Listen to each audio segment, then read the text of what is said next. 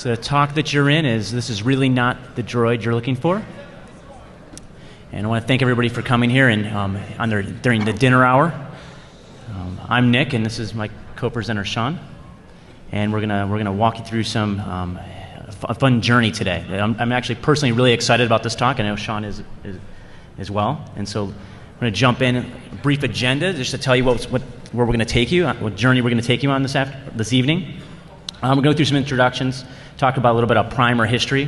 I personally feel it's really important, and it's very often presentations jump into deep technical concepts from the get-go. We're going to sort of build everybody up to the same level, and we dive into some of the technical pieces. And then we're going to talk about some research motivations. Before that, we'll talk about some mobile user interface do's and don'ts, some implications. We'll do a demo. We're going to have a live demo. We're going to talk, then Sean's going to jump into a deep dive on how our demo works. We're going to do a little different in this talk. We're actually going to show you the demo first before we do the deep dive. You'll see why. And then we'll do a second demo, which will be a lot of fun as well. And we'll conclude.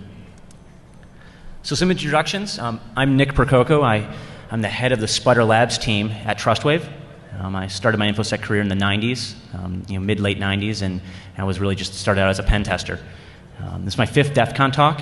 I actually have one more this weekend with Paul Kerr, who's sitting in the audience over there tomorrow. I'm doing a mobile SSL talk called Getting Slizzard. I'm also the primary author of Trustwave's Global Security Report. And here's Sean. I'm just a back-end developer for the SSL team, so this is the first time I've done anything like this. Not quite as experienced. I hope you enjoyed anyway. So what is this talk all about? So this is part 2 from a talk that I was part of last year. Did anybody see that talk last year? Okay, so a handful of folks. So that really focused on, it was a kernel level rootkit. So the whole idea was, what are the implications of a rootkit getting on a mobile device? And so we explored that and really raised awareness about the risk and implications of rootkits on mobile devices, what they're capable of. But we didn't really touch on anything in userland at all.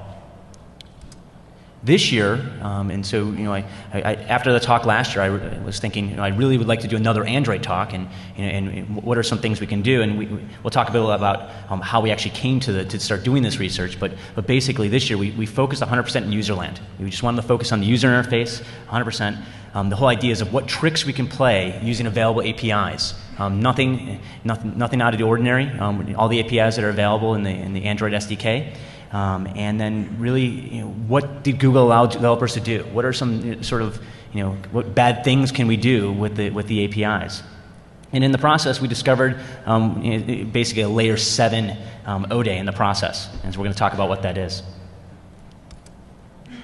So just to jump into a primer, we're not going to spend a lot of time here. I'm sure everybody knows what the Android OS is. How many people here have Android devices? Okay, that's going to be fun. So basically, everybody knows, it's the most majority of you raise your hands. So we're not going to spend a lot of time here, but it's a software stack. It's developed for mobile devices, and really, the kernel is Linux, and it's basically all we need to talk about here. And how has it evolved? Well, they release probably a new OS version a little more than once a year, and a few years ago is when it really started to get good with 2.1, the donut eclair, and they introduced the slide from right animation that lets them make it seem like you're in the same task even if you're opening different apps, and so that's pretty cool. And then Froyo came out. That one got pretty popular. It was fast and had Flash, which everybody knows is great. And since then, it's been a little tougher for them to get updates. They got Gingerbread, and not so many phones have those. And Honeycomb is just tablet only and closed source. So maybe they'll open that one up. Yeah, and so one thing to note here, just to keep in mind, that we're talking about on their side. So the percentages we have there is something that Sean, you pulled from stats from on the. It's from Google, the Google stats, and it's a couple weeks out of date, so it might be percentage points off now, but.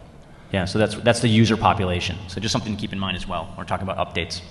So Google actually develops Android closed inside Google. They don't let you look at the code as they develop it. They don't let you submit patches, and then when they release the new version, then they publish a source sometimes. And there's usually when they do open it, there's a delay anyway.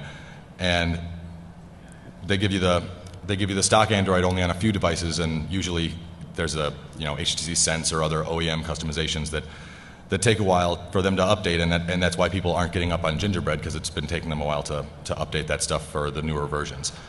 And they're trying to fix that and work with the carriers to get them to update, but the carriers say they have really no incentive to try that.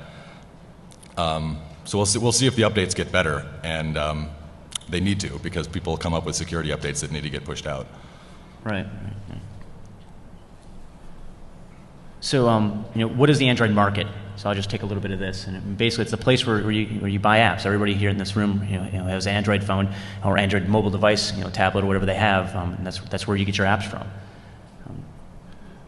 Yeah, and unlike some other app stores that check your apps and have to approve them to get in, which can take some time, the Android market does not approve any apps, and when you submit it, they're available immediately, and they don't check that you're not doing anything malicious before they send it out. They can, if they discover that you are, they can take it out of the market and they can remotely delete it from phones, but it's a less proactive approach to protecting the users.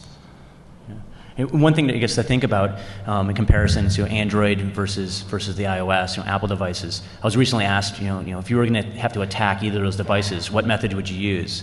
And just sort of interview conversation. And I basically said if I wanted to attack Android users, I would use the marketplace. I would use the Android market. If I wanted to attack iOS users, I'd use a jailbreak vulnerability to go after that user base. And so that's a very different model there as well from an attack vector standpoint.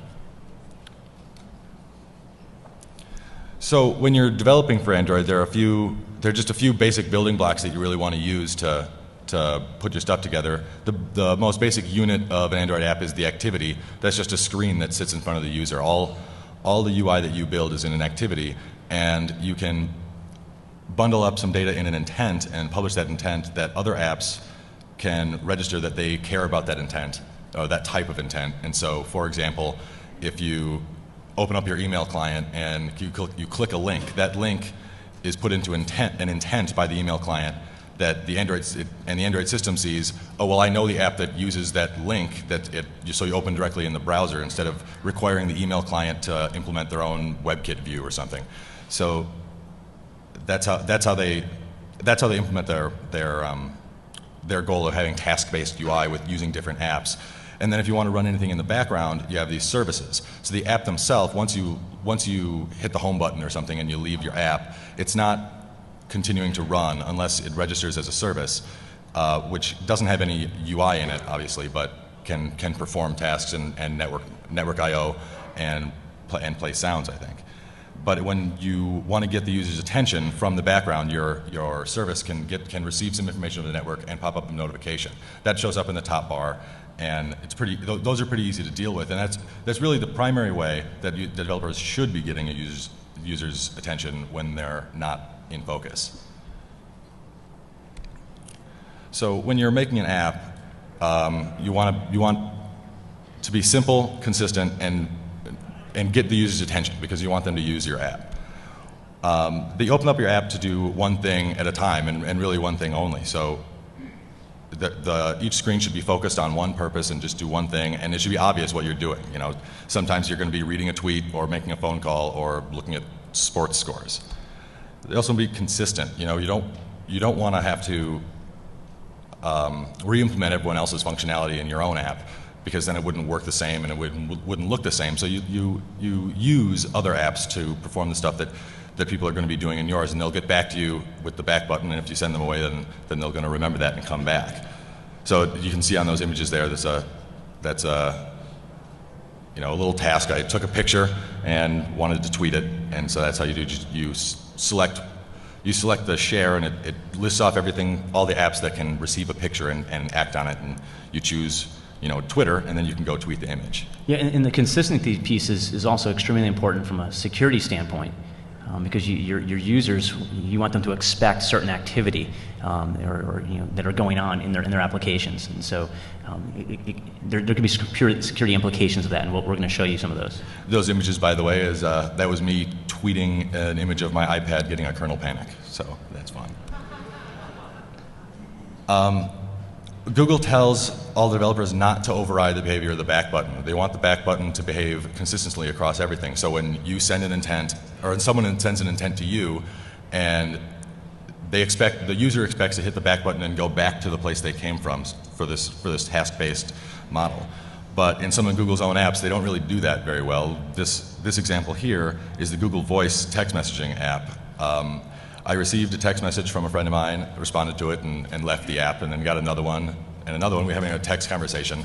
And then later I wanted to go back and text someone else, so I opened up the Google Voice app, and it brought me back into this conversation. That's about what I would have expected. But then I hit the back button to go back to the list of conversations and select a new one, except it brought me back to the same conversation I was already in, and I had to hit the back button the same number of times as the number of times I'd received a text message in that conversation. And they probably should fix that. So what's important in getting a user's attention is to use a notification and don't just jump in front of them. You know, that's not really what you want to do. That's not what the user wants to see, and you just really shouldn't do that. But of course, that's just a best practice, and you don't have to follow best practices on Android. So when we think about sort of research motivation, so why did we do this research? This was initially a side effect of some other research that Paul Kerr and I were doing for the Getting Slizzard talk. We noticed a quirk in one of the apps we were starting to work with, and then we started talking to Sean about it. But basically, well, you'll see what we mean when we get further into this presentation. But basically, a lot of research focuses on breaking things. So you want to find some malicious input that's going to cause some bad result. And so the input's malicious, the output's bad, and that's a lot of what happens in our industry. But we wanted to raise the question and sort of go down the path of saying, what can we do by using good building blocks, good things, good tools, approved, valid APIs. And could the output be bad? And so that was really a big driver in the motivation. And then the other piece is that mobile often sacrifices security for screen size. So we're going to show you, when we show you the demo, when you're sitting at your desk and you're sitting and you have a 27-inch screen in front of you and something goes awry from a security standpoint, or some application is having a problem, you can see that and you can recognize it because you're sitting idle. You're just sitting there. You might be eating some Cheetos and surfing the web, but when you have a mobile device, you could be walking down the hall, you could be jumping on a bus, jumping in a cab, boarding a plane. And you glance at your device, sometimes very quickly, and respond to messages. Could be Twitter messages, you could be on Facebook, you could be any place.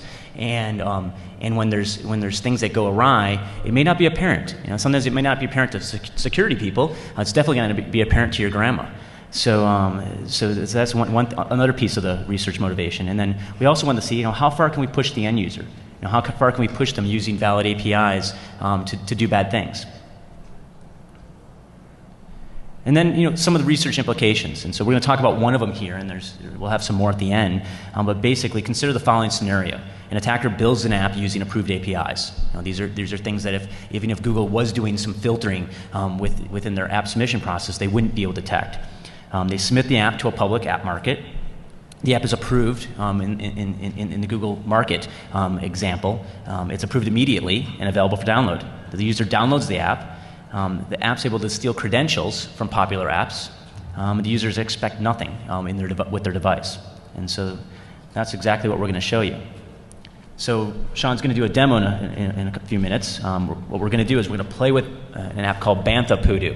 I think the original version of the app was a Magic 8-Ball, and since this is somewhat of a Star Wars themed talk, I told him that we need to call it something like Bantha or Bantha Poodoo, and of course you'll see what we put it within this app. I guess it's maybe slightly offensive, but you'll see. So we're going to play with some popular apps, and you're going to see its credentials being stolen while we're actually playing with those apps and logging into those apps.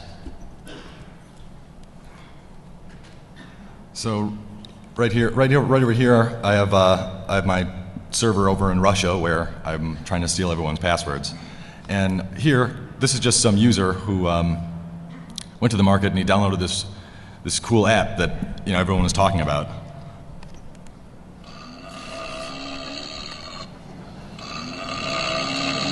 And so you get a kick out of it, and that's a lot of fun. And then you're bored, but.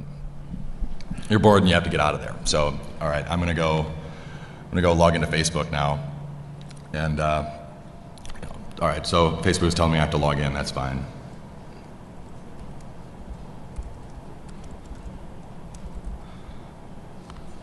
Usually when Facebook tells me to log in, I'll just do that. So I'll hit the login button. Facebook seems to be acting weird, so I'm just going to leave. And over here in Russia, you see device ID on the emulator is always 0. So if this was actually on an actual phone, we'd get the real device ID that's unique across all the devices. And then I know that somebody logged into Facebook, and here's the username, and here's the password I typed in. I guess you're going to have to trust me that that's the one I typed in, because they kind of blocked that.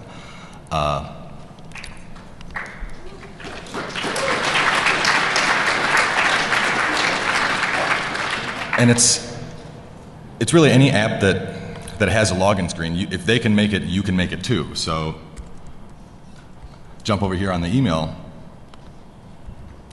client.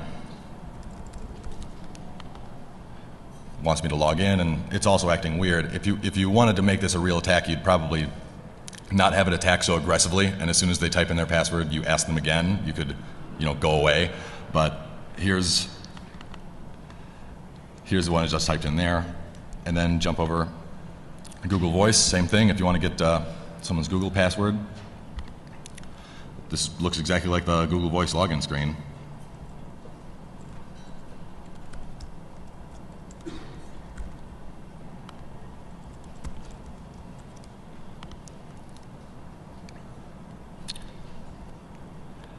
And there is that.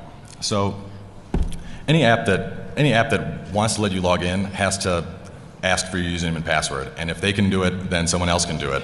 And the problem is that once the user installed Banthapudoo or any other app that's trying to be malicious, it can run in the background and it can know what app is running in the foreground, and it doesn't have to use a notification to get your attention.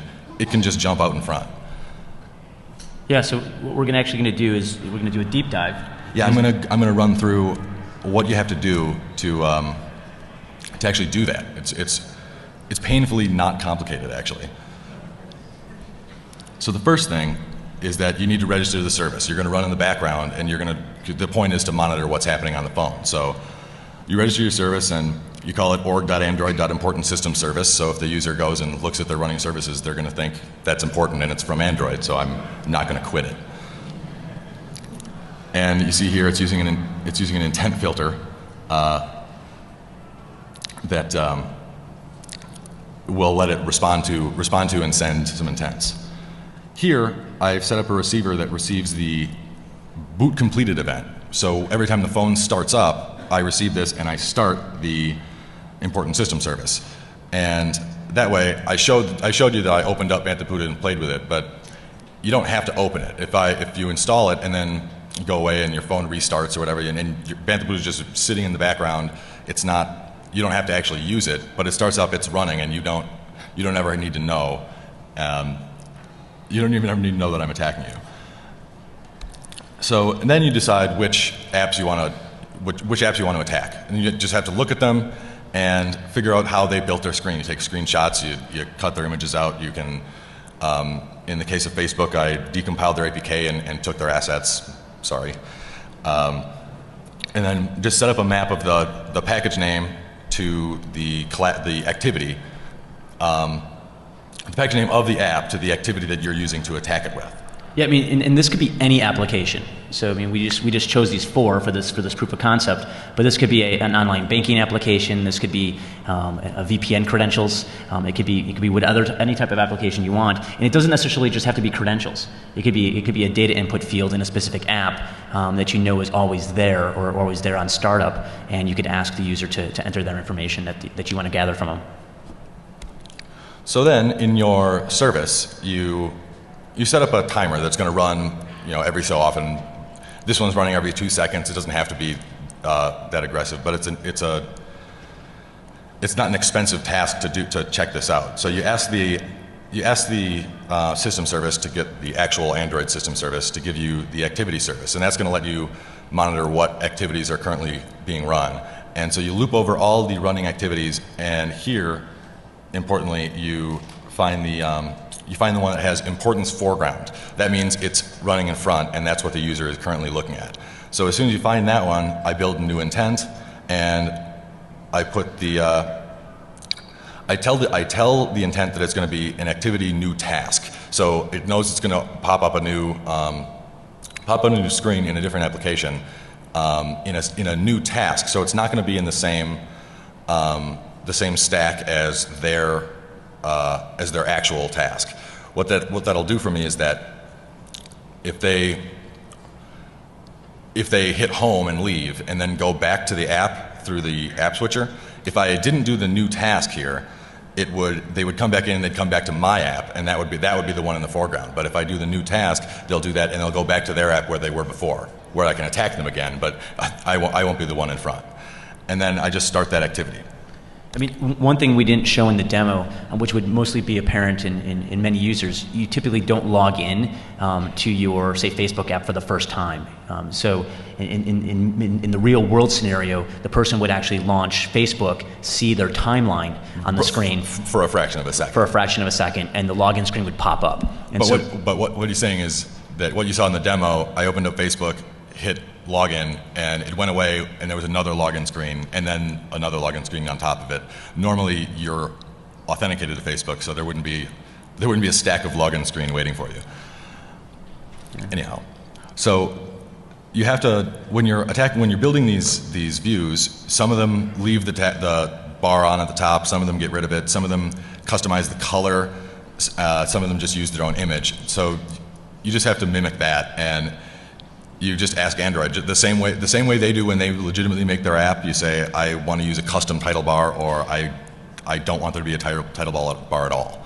And if you're using a custom one, you pick which custom one that you build. You use this one, and it's activity specific. So each one of my attacking screens looks like it wants to, just like any other activity can. And this one is crucial. You override the back button so that when they come to your login screen and they hit back, not only do we want to go back to the app they were in before, which would be the default behavior of the back button, we want to get rid of this task. So this move task to back is kind of like a quit. It throws the task you were in, the new task we created with our intent, to the back of the activity stack. It changes behavior pretty starkly, and it's something that Google may actually want to do in their Google Voice app. So once we have the credentials, we get them to type the username and password in, and we ship that off in another intent to our service that's running in the background. And when it receives that intent, it fires up a new thread where it just uploads it to a server. That's what Google wants you to do. They don't want you doing network I/O on the UI thread, so you just spin it off on a background thread in the service. So it doesn't delay the user. And if your network is slow, you're just going to continue, and you're not going to worry that you have to wait to send me your password.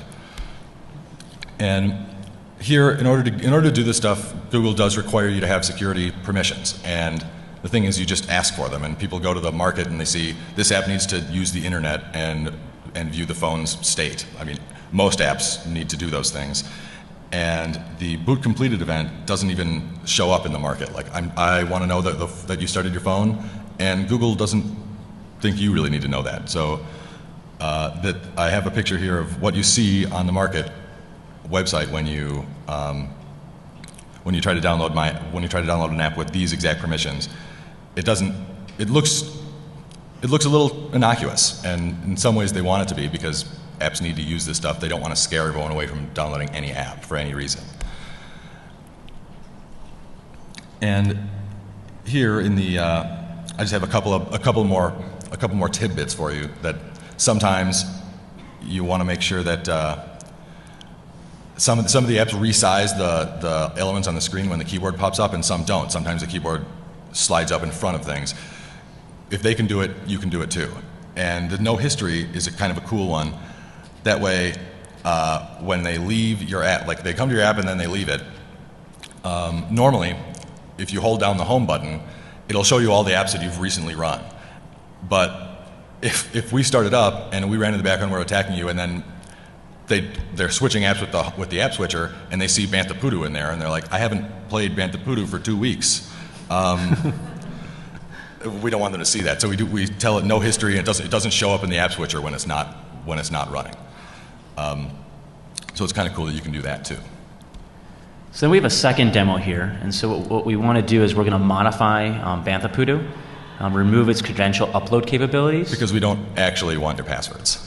And we're going to submit it to the Android market. Now, I guess we hope we have internet connectivity here from this laptop here, but. And also, hopefully, they're not watching. And then you can download it and try it yourself. So you can play with it on your phone, but we will guarantee you will be annoyed. Yeah, you should uninstall it pretty quickly. Especially if you use any of those apps that we're jumping in front of. So here, I've got my add credentials receiver. I don't have a lot of screen space though. So as you can see, I am uploading here, and I'll just comment that line out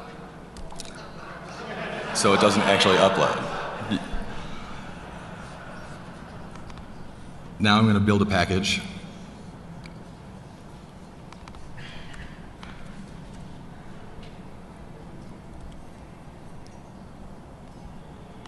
And export it.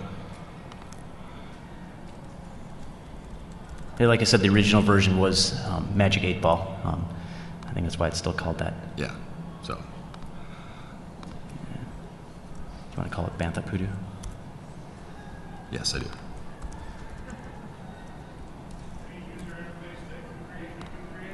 That's right. I mean, if they can make it, you can make it. There's nothing special about it. I mean,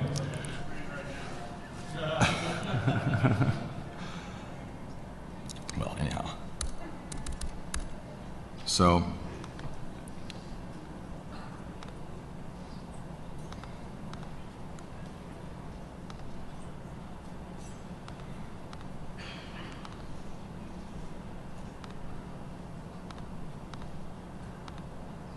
this is the one we just packaged today, 9:27 p.m. Central Time. So, if all goes well, everybody in this audience can actually go and download this app. Oh, somebody took my name.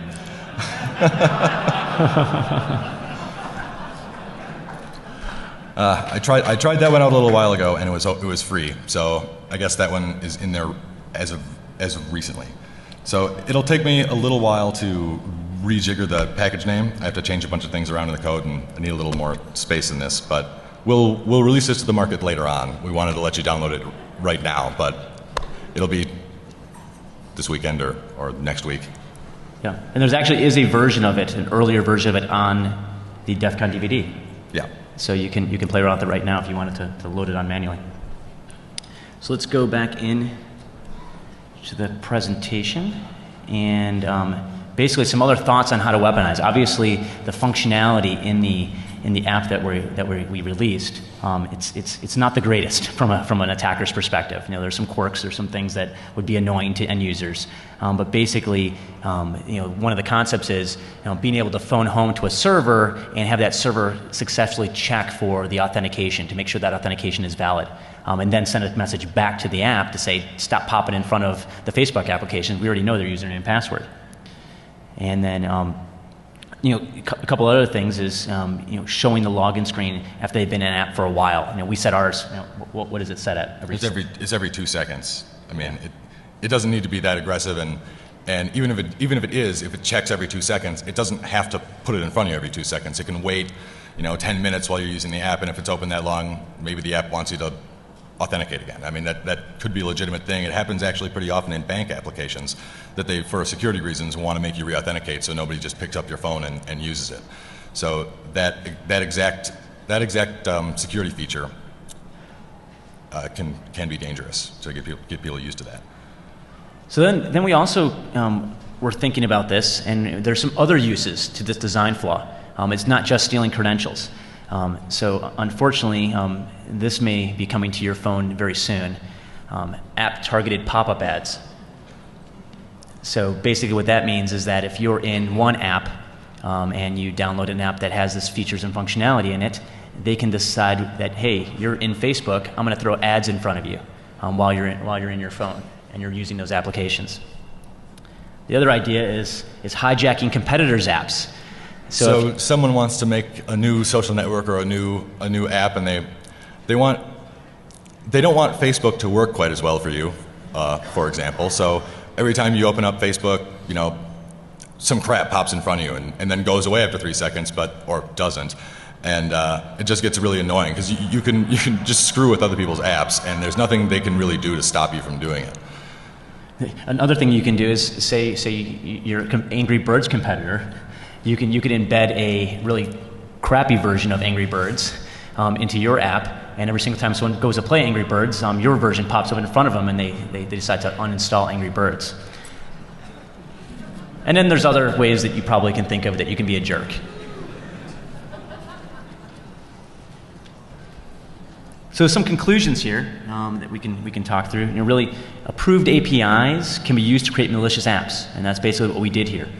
This is specifically a design flaw where these APIs are not restricted and in this type of use.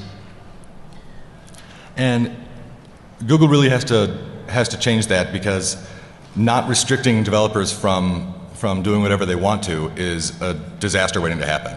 That iOS doesn't suffer from this because you can't monitor what app is running, and you can't put something in front of the user without their direct intervention. And they have different animations for switching between different apps versus switching between views in the same app. Those are the three key differences that allow this. And it's not just this that's the problem. It's the fact that that developers can do whatever they want on the platform. Yeah, so that's our talk. I guess we have a little bit of time. Does anybody have any questions?